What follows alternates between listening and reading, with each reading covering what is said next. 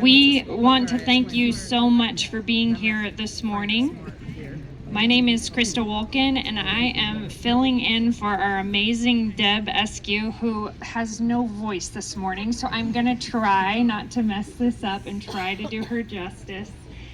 We'd like to introduce the Women's Advisory Committee on this project, the project creator. So if you are in the mix of everything, raise your hand, but Frank Smart, our project manager and creator, Deb, Carol, Jill, Jennifer, and Susan, who is actually serving her country in another capacity and could not be here today with us, and myself. We would like to also acknowledge the Chamber of Commerce of Twain Harte and President Casey Hederick, who has been instrumental in all things with this project. So we're very grateful to their group and organization. We're going to go ahead and get started this morning with the posting of colors, and that will be performed by Jill and Jennifer. The call to colors for all military members not in uniform and civilians. Please place your right hand over your heart and stand. Our bugler today is Kenny Cameraman.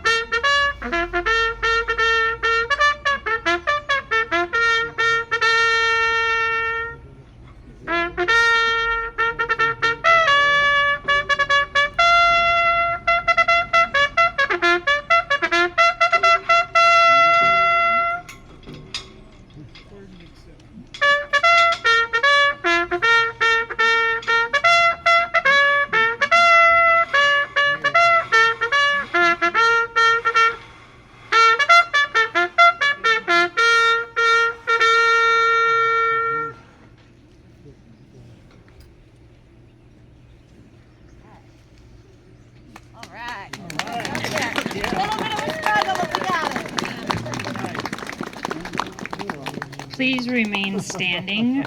We're going to call up Amelia France, who is going to sing our national anthem. We're so grateful you're here for us this morning.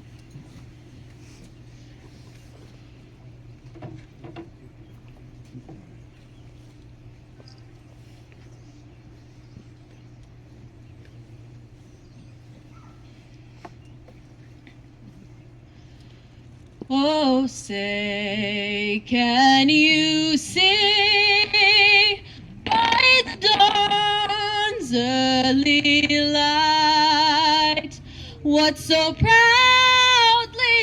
we hailed at the twilight's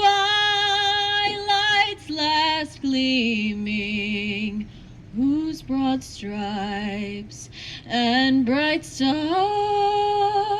through the perilous fight o'er the ramparts we watched were so gallantly streaming, and the rocket's red glare, the bombs bursting in air, gave proof through the night that our flag was still there.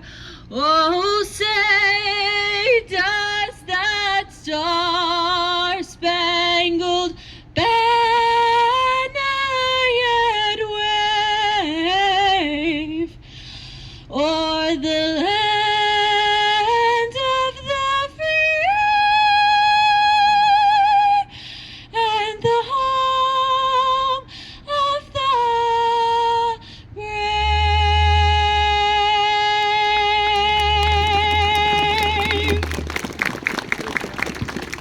Absolutely beautiful. Thank you so much. Beautiful job. I would like to now invite Deacon Amy Larson, Army retired veteran, who is going to do our prayer this morning.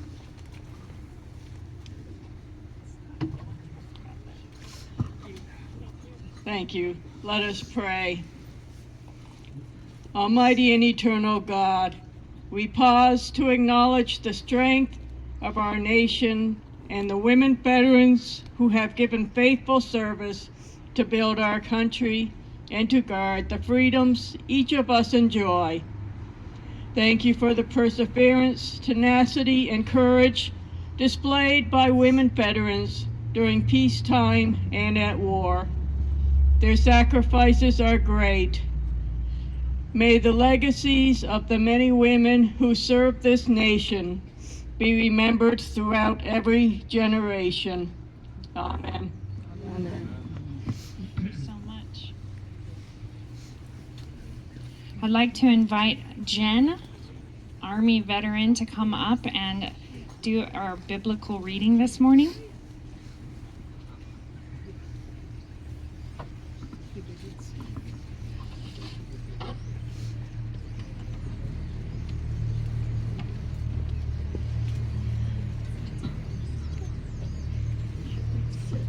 If everyone can have a seat, if you have a seat, you can go ahead and have a seat. All right. Good morning. My name is Jennifer Serpa Brewster.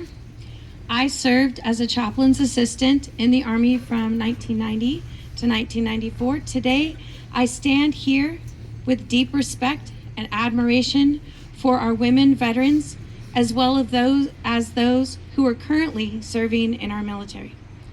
These women are warriors, protectors, and trailblazers. Women who exemplify courage, resilience, and unshakable sense of duty.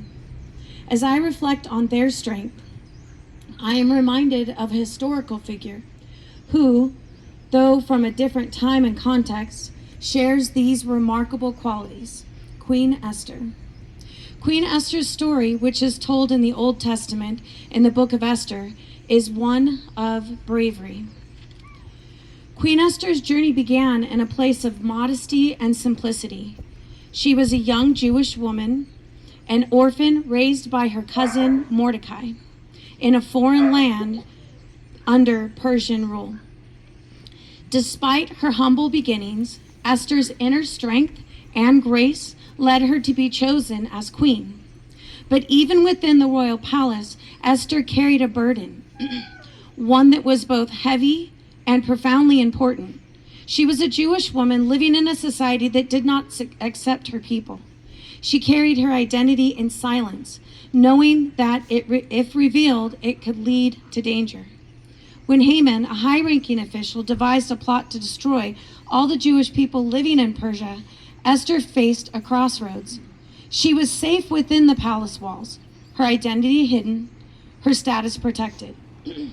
She could remain silent, allowing her fear to dictate her choices. But Mordecai's words to her were profound. Who knows, but that you have come to your position for such a time as this. Those words stirred something powerful in Esther. She understood that her position was not just for her own comfort and her own security. It was a calling. She was placed in that role, in that palace, not by chance, but by divine purpose. And in that moment, Esther chose courage over comfort. Her bravery was not out of fear. She knew the law. To approach the king uninvited was to risk death. Yet, an unwavering faith, she declared, "If I perish, I perish." This was the ultimate act of courage, to step forward despite the fear, despite the unknown of risk to her life, but instead for the lives of her people. Esther's courage was not just her willingness to die, it was her resolve to confront power, to challenge injustice, and to use her influence for the good of her people. She reminds us that bravery often comes in quiet moments of determination, and that even the most unassuming among us have the potential for greatness. And in many ways, military women embody that same courage. They voluntarily step into roles that demand selflessness and bravery. They stand on the front lines, protect our nation, and defend the freedoms that many people take for granted. Whether they are serving in combat zones, operating in support roles, they face uncertainty and danger with the resolve that mirrors Esther's boldness. Queen Esther's journey also reflects profound resilience. She bore the weight of her mission with dignity and strength, persevering even in moments of fear and doubt. Similarly, military women endure grueling challenges physically, emotionally, and mentally. They train rigorously, adapt to harsh environments, and persevere through long deployments away from their loved ones, parents, spouses, and children. Their resilience is not just a measure of endurance, but a testament to their unyielding determination to succeed no matter the obstacles. Let us not forget Esther's courage to stand for others. Her actions were not for personal gain, but to protect her people. A selflessness that resonates deeply with the role of military women. They too serve not for recognition, not for reward, but for the greater good. They stand in the gap, willing to risk their own safety to protect their fellow citizens, comrades, and the ideals that they hold dear. Even after discharge, most women veterans continue on to service careers in their own communities. What makes Queen Esther's story timeless is that her courage was deeply rooted in her sense of purpose. She believed she was placed in her position for just a time as this. Military women also serve with a sense of higher purpose. They recognize the significance of their roles and the weight of their responsibilities. They do not shrink from their mission, but rise to meet it with grace, humility, and determination. As we honor military women today, let us remember that they are the modern day Esthers. They exemplify bravery that defies fear, resilience that overcomes adversity, and courage that inspires others. Their sacrifices and contributions ensure the safety and freedom of countless lives, and for that, we owe them our deepest gratitude. To the women who serve or have served in the military, you are heroes. Like Esther, you remind us that courage is not the absence of fear, but the willingness to act in spite of it. You teach us that true bravery is not about individual gain, but about standing for something greater than oneself. Your legacy is one of honor, strength, and selflessness. It is a legacy that inspires future generations of women to follow in your footsteps. May we always recognize and celebrate the profound impact women soldiers have made and continue to make in shaping this world for the better. Thank you for your service, your sacrifice, and your extraordinary example of what it means to serve with courage and purpose. And like Queen Esther, you've answered the call for such a time as this. Thank you, and may God bless you all.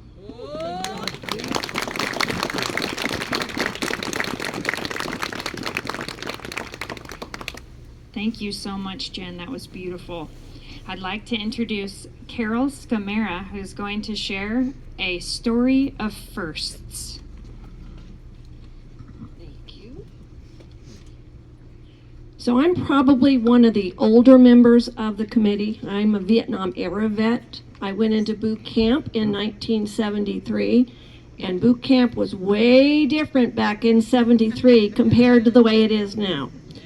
We actually had classes in etiquette and were required to wear red lipstick.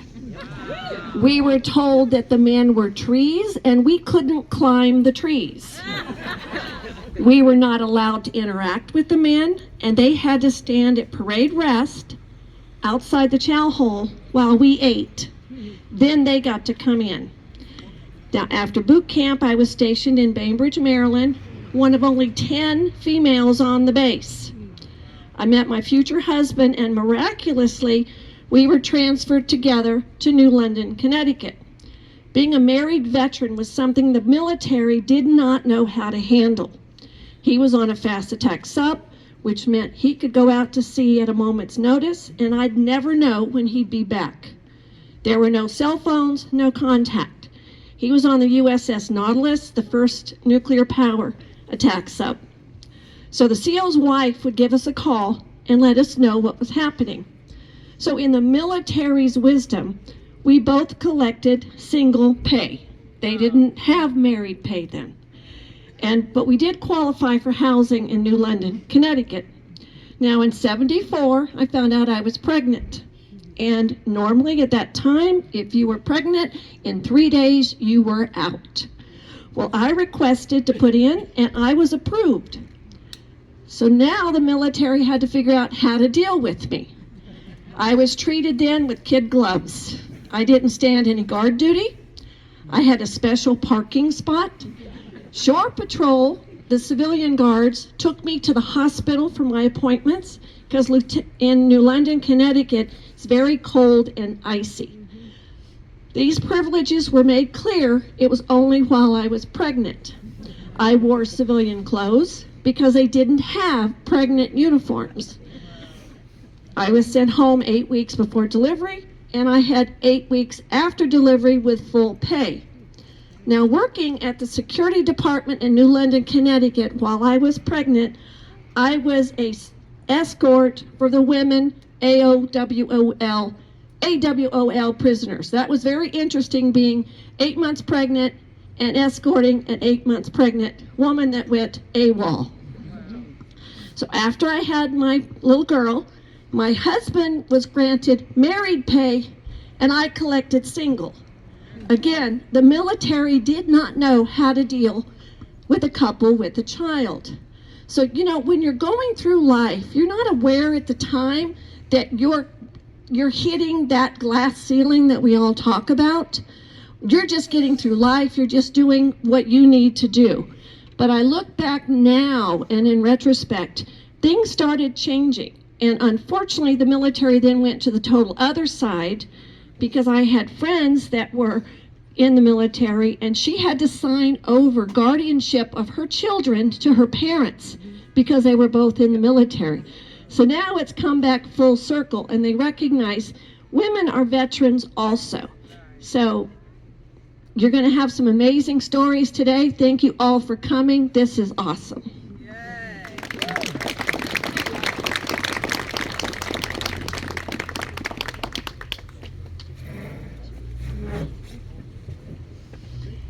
I'd like to thank Carol, and I would like to now introduce our keynote speaker, Miss Lindsay Sin. Lindsay Sin was appointed as Secretary of Calvet by Governor Gavin Newsom on May 26, 2023. She has served in several roles at Calvet since 2011, including Deputy Secretary of Communications and Deputy Secretary of Women's Veterans Affairs. Sin is the first woman to serve as Secretary of Calvet since the appointment of Virginia May Days as director in 1975. After graduating from high school in her hometown of Sacramento, Lindsay enlisted in the U.S. Navy and served from 1997 until 2005 as a cryptologic technician, interpretive in Arabic language. She completed 2 flight tours in Rota, Spain, during which time she deployed in support of Operations Northern Watch, Southern Watch, Enduring Freedom, and Iraqi Freedom, and achieved the rank of Petty Officer First Class with the Naval Aviation and Naval Aircrew designations. After separating from the Navy, Lindsay returned to Sacramento and worked as the lead certifying official for veteran services at American River College. She continued her work with veterans at Sacramento State as the Veterans Benefit Advisor and certifying official, focusing on developing programs for student veterans. Lindsay has a BA in History, magna cum laude from Sacramento State, and an MBA from Drexel University. She resides in Sacramento with her husband and 2 children. Please help me welcome Lindsay Sin.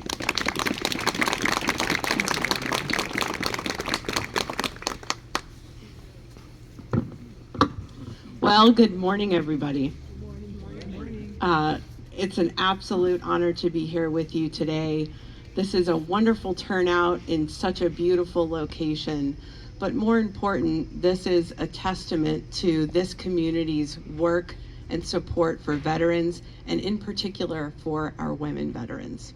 So I couldn't be happier to be joining you today and sharing a little bit of my thoughts and perspective on what has happened. I'd first like to congratulate this entire community, to thank all of the wonderful individuals who've made this happen, the Women Veterans Advisory Committee here, the Design Committee, all of the organizers of this event, Frank Smart, all of you. Thank you so much for the hard work that you've put into this, because this is one of the only, if not the only, standalone dedications and memorials to our women veterans here in California. So this is a really significant and impactful thing to have here in your beautiful community. And I know that while we are here today celebrating in some chilly weather among the pines and absolutely beautiful trees in this small part of California, it may seem like your small community is doing something like putting up this memorial, but I promise you this action resonates all throughout our state and through our nation because of what it says to the dedication that we have and recognition for our women veterans. And so memorials are like this obviously require a lot of hard work, a lot of collaboration to make happen, but it's also a reflection of the hard work and dedication of the women who've served. And so our women veterans who have decided to serve in the military have done so for every conflict and every war going back to the American Revolution. And we did so prior to being officially recognized. We did so sometimes unlawfully. We did so in men's uniforms, and we've served in nearly every capacity, combat, non-combat, in every theater across our nation. And I think a really important distinction is that we also did so voluntarily. We've never been drafted into the military, which says that women feel the importance of their service, of their community. And yet they often walked into spaces where they were not welcome. The women who've come before us often walked into spaces where they were told that they were not welcome. They were told to go away, and yet they continued, they persevered, so that those of us who came later, those of us who are serving now and who will serve in the future, are walking into spaces knowing that they belong there. And every time a woman has walked into a space in the military, whether she was welcome or not, she changed that space for the better. She paved a way forward, not just for her fellow women that came after her, but also for everyone around her, and made sure that the military was a better place because of her service. Whether that was having a baby in the military for the first time, as you've heard, whether that was serving on a combat platform, a ship, flying a jet, whether that was serving overseas, helping her fellow soldiers, sailors, airmen, Marines. It's always been so that women could continue to forge a path to prove over and over again that they belonged in those spaces, but also to make them better than how they found them. And that's what this memorial really is a testament to all of the women that have come before us, to those who are currently serving and those who will serve in the future. Women didn't become a permanent part of the armed services of the United States until June 1948, when President Harry S. Truman signed the Women's Armed Services Integration Act into law. And even after that, of course, we had to continue to fight for recognition and continue to do so today. And it wasn't until 2013 when the ban on combat was lifted for women. And now women serve in nearly every capacity in the armed forces.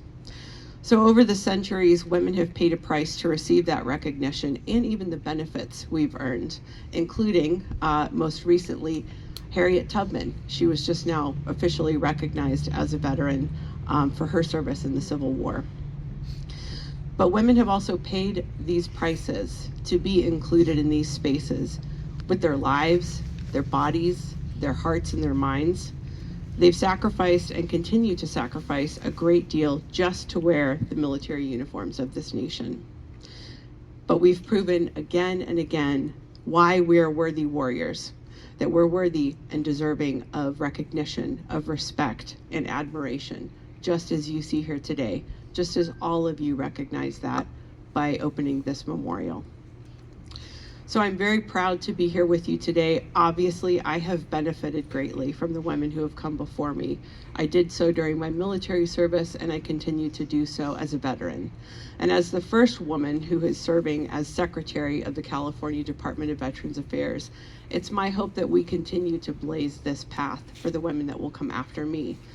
Actually, recently, we just named the new skilled nursing facility at our Yountville Veterans Home after my predecessor, Virginia May Days, who was the first director of the California Department of Veterans Affairs prior to our department being elevated to the level of cabinet. So our vision at the department is to make sure that all veterans are the most connected, the most protected, and the most respected of any state in the nation. And we do that by ensuring that our women veterans and all of our veterans are well represented, well connected, including things like recognizing women as trailblazers every year, conducting women's surveys statewide, which we've just concluded, and ensuring that all women veterans have a voice, that they know that this state is a great place for them to live, work, and continue to blaze those trails in the future. So although this is, again, we are in a small community, and I represent all veterans across the state, which is nearly 1.5 million. It's an absolute honor and privilege to be here with you all because of the significance of this memorial. So as you go on throughout your day today, and as we leave this memorial, or anytime you come back here to take a quiet moment to sit and reflect, I hope that you continue to think about the women around you, the women who helped make this wonderful memorial happen, as well as the women who are currently serving in the military and will serve in future generations.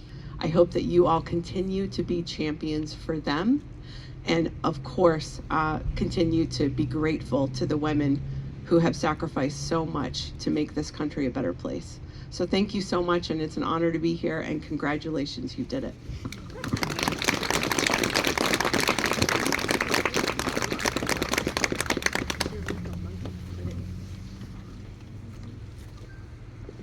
Thank you so much. I'd like to, Deb, where are you? You want to wait till the after part to do the medaling? Now? Can we bring Lindsay Sin back up, please? And can we also bring up Amy Larson, please?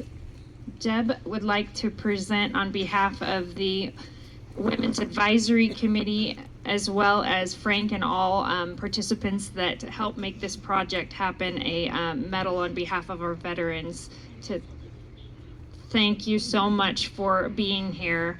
And you will also receive a paper and be forever part of our memorial.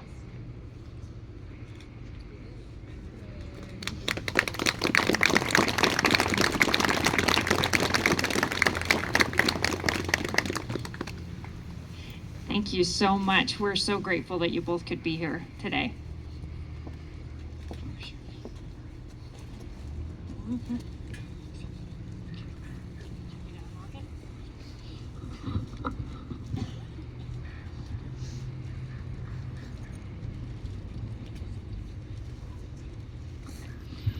I would like to take this time to thank our major donors.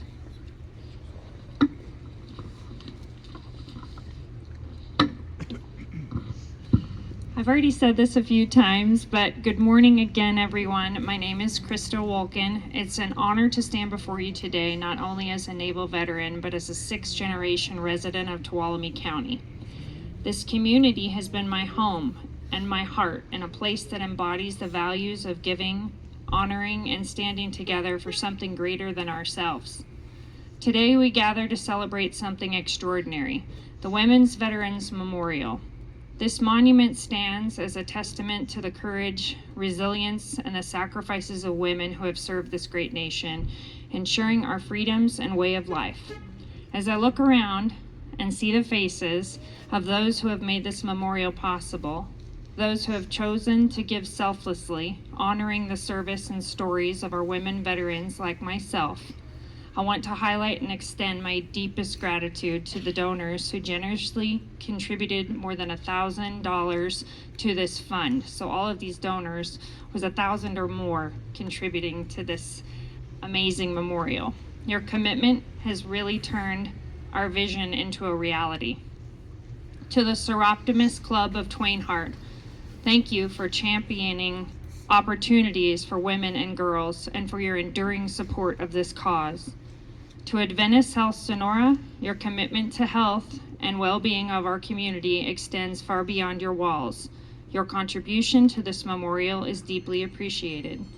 To the Sonora Area Foundation, thank you for being the backbone of so many charitable efforts in our region. To the employees of the Sierra Conservation Center, your generosity speaks volumes about your dedication to community and country. To the Peter Van Houten Fund, your philanthropy ensures that future generations will remember and honor the sacrifices of our veterans. To the Mel and Bob Kirk family, thank you for your ongoing dedication to enriching our community. To Carol and Joe Rodiford, your contributions have left a huge mark on the project and on Tuolumne County as a whole. To the Native Daughters of the Golden West, your commitment to preserving California's history is reflected beautifully in your support for this memorial. To the Twain Harte Homeowners Association, thank you for uniting neighbors and friends in support of this effort. To the Horses for Warriors, your work with veterans and their families is truly inspiring. Thank you for bringing healing and hope to so many. To the VFW Post 3154 of Sonora, the VFW Post 4748 of Tuolumne, and the Chapter 391 of the Vietnam Veterans of America, your legacy of service and camaraderie is a beacon for all of us who have worn the uniform. To Patricia Carroll, your passion and commitment have been instrumental in bringing this vision to life. Thank you for your leadership and heart. This memorial is more than stone and metal. It is reflected of the values we hold dear in Tuolumne County. It is a reminder of the sacrifices made by women veterans and a symbol of the enduring gratitude of a community that will never forget. On behalf of myself and all of those this memorial honors, thank you from the bottom of my heart. Together, you have made this tribute possible, ensuring that future generations will know the stories of courage and the service that shape our nation. Thank you.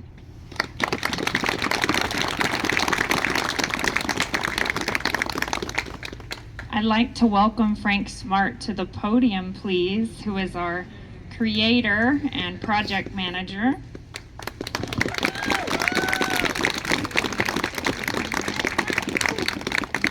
Thank you. You did a great job on that. Jen did a great job. I had suggested something else to her. She come up with something better. I knew that Carol Scamara had a special story to tell, and I wanted her to tell it. She did a great job also. Wow. There were a few days I wasn't sure, but I never give up. Very emotional day for me. There's no saying. I've never used this old saying, but the old saying is it takes a village to raise a child. Well, it takes a village to raise a memorial. That village is Twain Harte in Tuolumne County. And I had the idea 2 years ago when I was building the 9/11 memorial. I said, we should also honor women. I had built the Vietnam Veterans Memorial in 1991 to 2000, I think 2010. We built what we call the All Veterans Memorial at the clinic, because all veterans go to the clinic. And then Aaron Rasmussen and I built the 9/11 Global War on Terrorism Memorial in Tuolumne a couple of years ago. So I said, we need to do this. The reason it's in Twain Harte is because of the Twain Harte Seropolis Club. For about 17 years now, 17 or 18 years, they have had an annual Women's Veterans Luncheon to honor women veterans. I thought that's one of the greatest veterans events put on in this county every year. So I wanted it here because of them. Eventually, I got the Twain Harte Chamber of Commerce to come on board as my lead organization. I need a 501c3 to funnel the money through, to handle the money, to pay the bills, and keep everything straight, and they've done a great job. They've given me great support through 3 different presidents, Todd Bryan, Diane Nepper, and most recently, Casey Hedrick. Casey, I appreciate what you've done. She's been patient. She's dealt with a slightly deranged man at times, and and I also have to thank my wife Shirley, because she's had to go through not being away from home a lot, and then putting up with my ranting and raving when things didn't go right, and put up with my bragging when things did go right.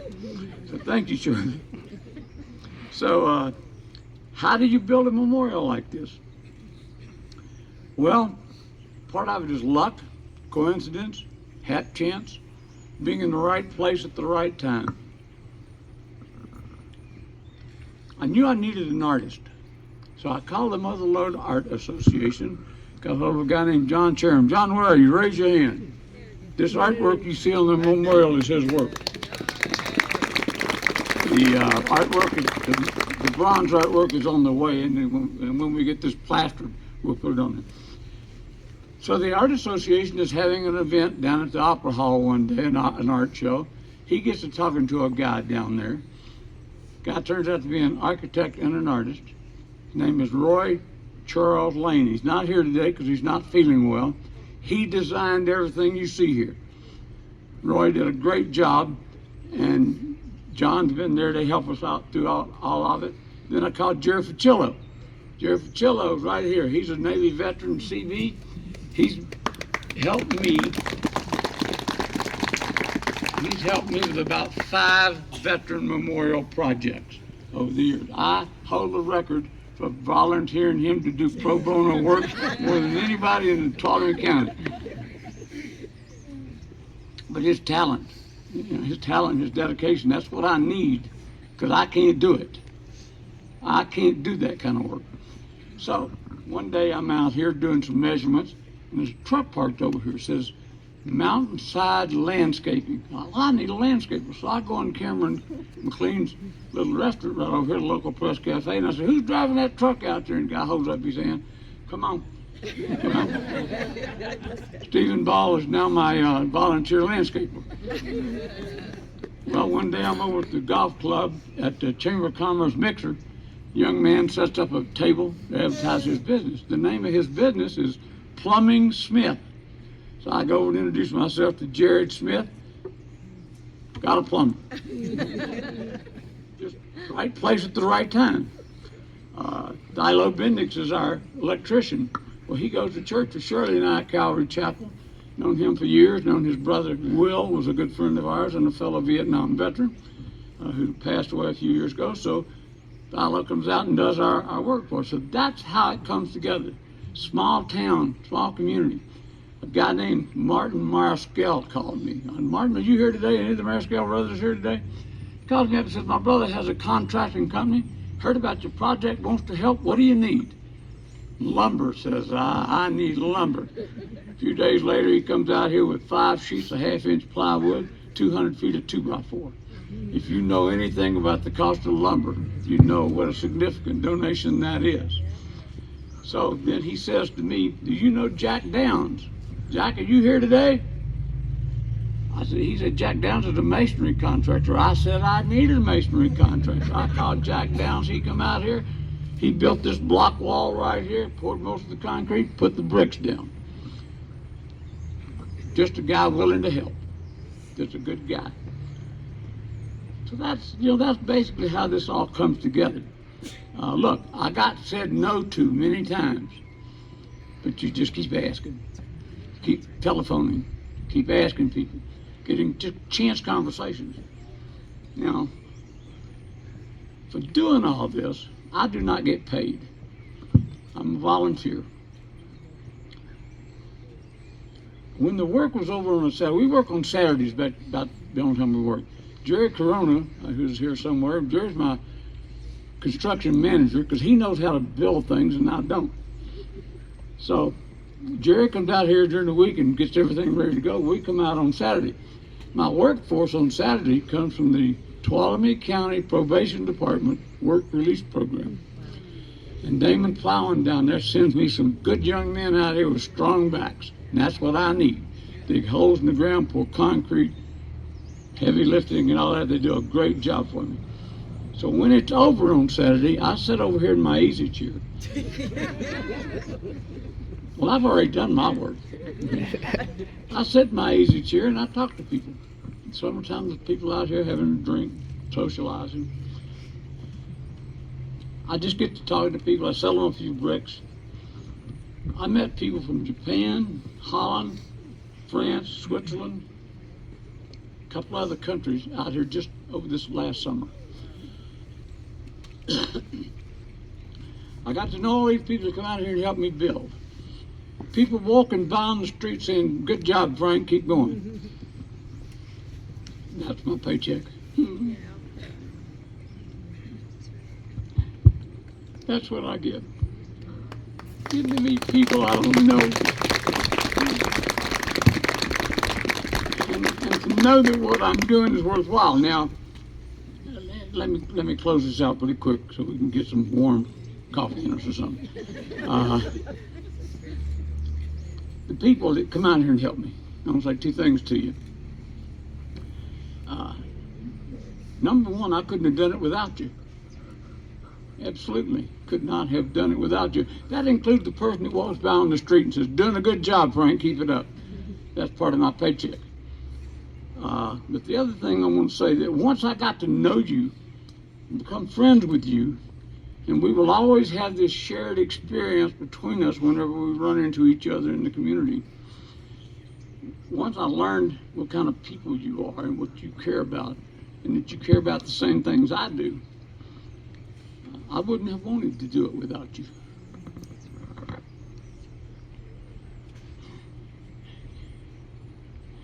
You made it worthwhile. You made it special. I'm forever in your debt.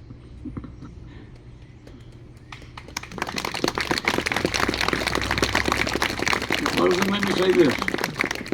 God bless the village of Twain Harte, and God bless Tuolumne County, our home.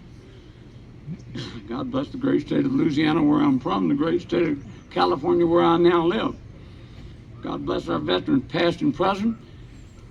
Double God bless those young men and women who are out there on the battle line today, keeping America strong. We stay strong. We stay the leader in this world because we have a strong military. And without that, we are weak. We'll never be weak. People talk about fear. It was mentioned in the speech today, fear. We are not a nation of fear. We are a nation of faith. And that'll carry us through always.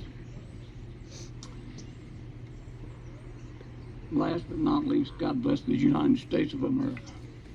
Thank you very much.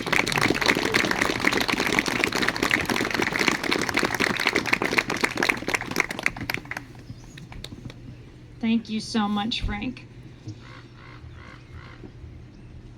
Our Women's Veterans Memorial ladies and our advisory committee, we would all like to come together. If you're here, come on up here.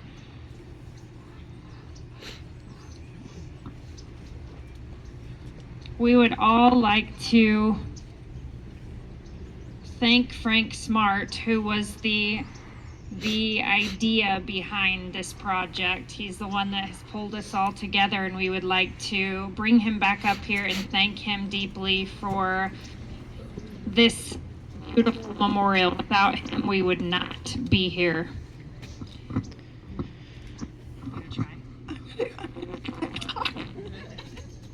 Frank, thank you so much. Unfortunately, it's been so cold. All the women here are wearing special shirts that have an American flag on them. So, Frank, this is your shirt with the American flag. On the sleeve, it's on the left sleeve. Thank you so much for all you've done for us.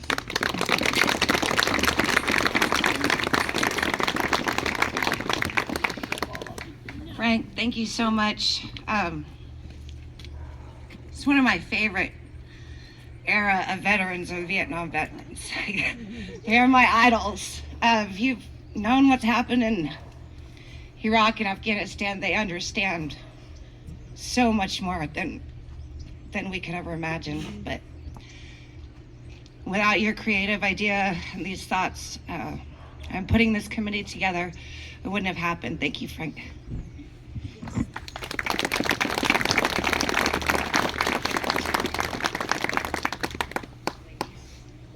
Okay. Any female veterans here that have come to celebrate with us today, we would love for you to come forward today and come up front. I'm sorry to make you stand back up again. We would like to award a challenge coin, and a challenge coin is a small coin or medallion that bears an organization's insignia or emblem and is carried by the organization's members. Traditionally, they may be given to prove membership when asked or to enhance morale. They are collected by service members and law enforcement personnel.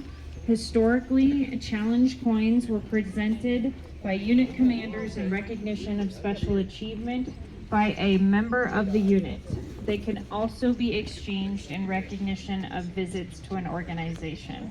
So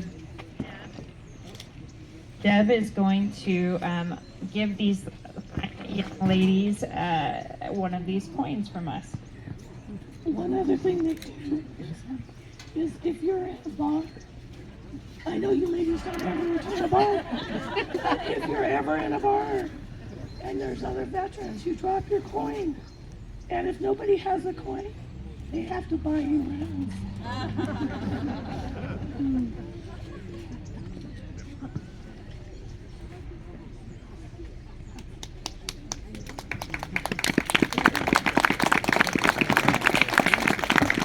You ladies are what this whole memorial is about. Thank you for your service to our country.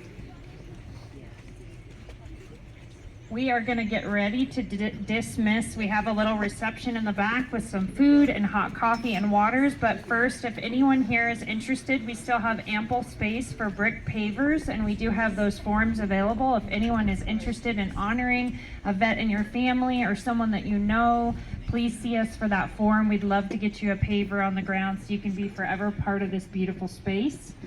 And again, we are so incredibly grateful for each and every one of you out here today on behalf of our entire Memorial Advisory Committee and Frank Smart. Thank you for being a part of our dedication ceremony. And that concludes our ceremony. Please meet us in back for some cake. Thank you all.